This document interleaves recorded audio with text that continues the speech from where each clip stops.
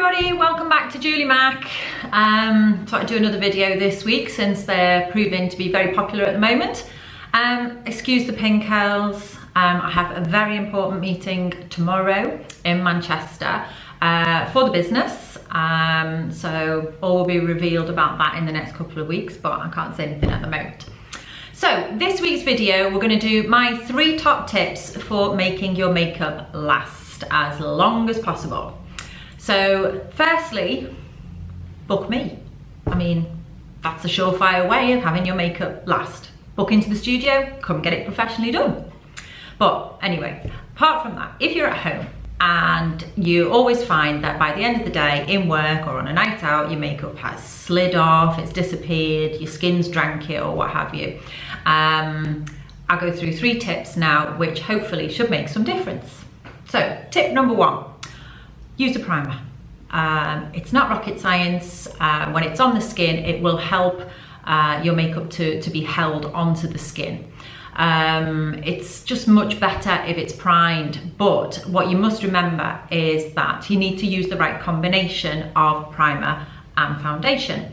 So if you're using a water-based foundation, which are better for drier skins, for example, say MAC Face and Body, then you would need to prime that with, say, something like MAC Prep and Prime, which is also a water-based primer.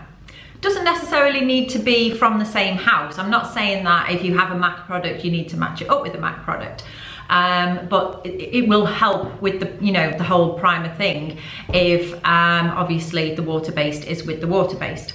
Alternatively, if you're going to wear a silicone-based foundation like Skin Base, which we favour here, then it's good to wear a silicone-based primer. One of the best ones is a YSL one. This is their Touche Éclat,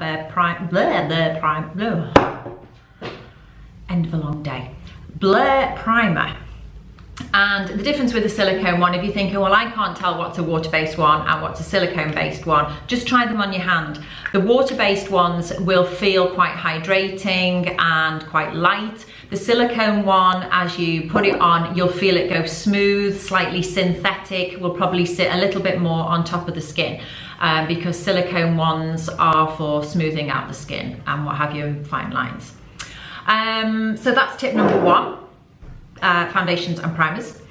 Tip number 2 is the tissue. Very basic. When you've applied your foundation all over your face, however, and then you've blended it all in and you're happy with it, grab a tissue.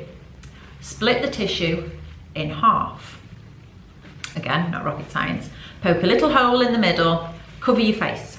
As you cover your face, damp the tissue onto the face and then just peel it off. You will be really surprised at the amount of oil that will come off on the tissue from the foundation. Excess oil that is not needed. And then powder as normal with your brush, lightly over your T-zone or all over or what have you. This will also make a difference. If you find you have very oily skin, then I suggest that you use a velour puff. Like this. You can buy larger ones, you can get smaller ones in compact sizes here.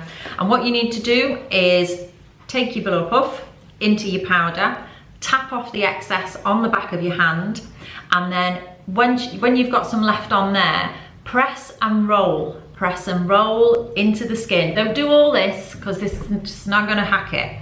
Press and roll. More powder, tap off excess on the back of the hand, press and roll. Right in like that if you have really oily skin, or you can use it normally even if you don't have oily skin to apply more powder if you think you need that extra coverage and you want it to last extra long.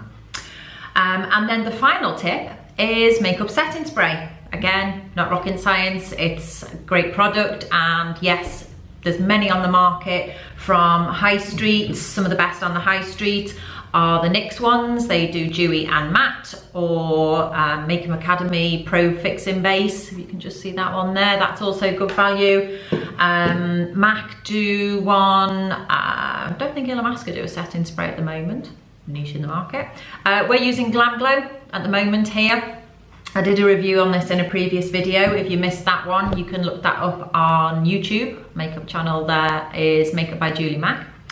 And yeah, so those are the top 3 tips. I hope they've been helpful. I hope you find that by the end of a working day or a great night out, that your makeup has stayed in place.